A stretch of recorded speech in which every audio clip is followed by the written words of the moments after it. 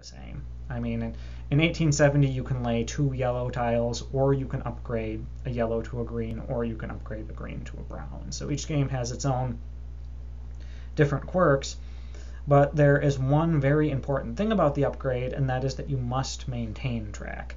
So if this is laid like this, then that means all these green tiles that are highlighted now are the tiles that it can be upgraded to. I can't lay this one like this because that's going east to west. So I could lay this one like this, or I could lay it like this because that maintains track. And then the other ones I can use are this, which could be upgraded like that, or like that. And then I could go through here. I mean, that can be upgraded just as is, or it has this rotation here. Either one is okay. I mean, sometimes you've got some options. It could be this, or we could turn it around again. Same thing with this one. And then I guess I can go ahead and rotate these so that they can be looked at as well. Now, of course, some of these can be rotated differently. You might want to go down instead of up. And if the tiles are actually limited, some of these pieces might all be used up already. Maybe somebody played all these there are, you want to use it, but you can't, so you need to find where this one's used, and then you need to upgrade this to one of these 3 pieces so that you free up this piece so that you can then play it.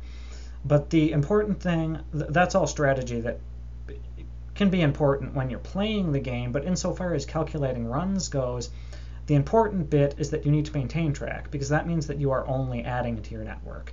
You're not subtracting from your network. Whereas in the real life, we can knock down bridges and we can knock down streets and whatnot to put up new things in place of them. That doesn't happen in the world of 18xx maps. Now, there is one small exception I am aware of that happens in this computerized version. What happens is we have these double towns here, and actually it's any town. Well, it only affects the double towns though. So say we've got this double town, and that can be upgraded to this green tile. Now, this double town has 2 pieces of track. They cross, they don't intersect. You can only go from the bottom to the top with this orientation. You can't go from this part of the bottom to that part of the bottom. Can't go from that part of the top to the other part of the top up there, because there's effectively a bridge going over this track, and then there are 2 separate stops there. What you could do is you could come in this side off the northern part of the piece, and then go down, hit this city, loop around the bottom, potentially hit some other places down there, a whole bunch of other places, then come back up, and then hit this city, and then go back off the other side of the top. Now, when you upgrade it to this green tile, these 2 vertices have been contracted. There are no longer 2 stops, there's 1 stop. It's worth the exact same amount of money. The advantage is that now you can go from, say, the upper left-hand side to the upper right-hand side, or the bottom left-hand side to the bottom right-hand side. The problem is that there are no longer 2 distinct stops, whereas with this configuration you could go and you could loop around.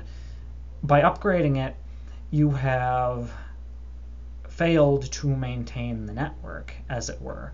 I mean, when you upgrade track, aside from this exception right here, any runs that the other people have in place should still be valid. When you put tokens down, that will affect where they can and cannot go. Some of these cities have spots for tokens, and then if there's an empty spot, you can go through that. So you can start on this side, go through, hit this, and then continue on. Or if one of your stations is there, you can go through it. But if this is all full of other people's stations, you can't go through that. And so what'll happen is you will put down stations to try to cut other people off. And then that, of course, will destroy their runs. But the act of upgrading the track shouldn't destroy people's runs, which is why this vertex contraction here is kind of odd. I'm not sure if they realized what they were doing. I'm not sure if there are any actual board games that do this. This doesn't maintain the network. And so one may or may not allow this in a game they are making.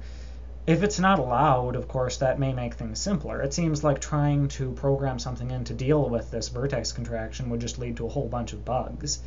Especially, well, it may or may not. If you're using a brute force approach to calculate all this, it just isn't going to matter. You actually wind up with a simpler network this way. Well, although you may have more permutations, but if you're doing some sort of clever algorithm where you're only keeping track of changes, but you're making assumptions about things that are already in place, this vertex contraction may make that different.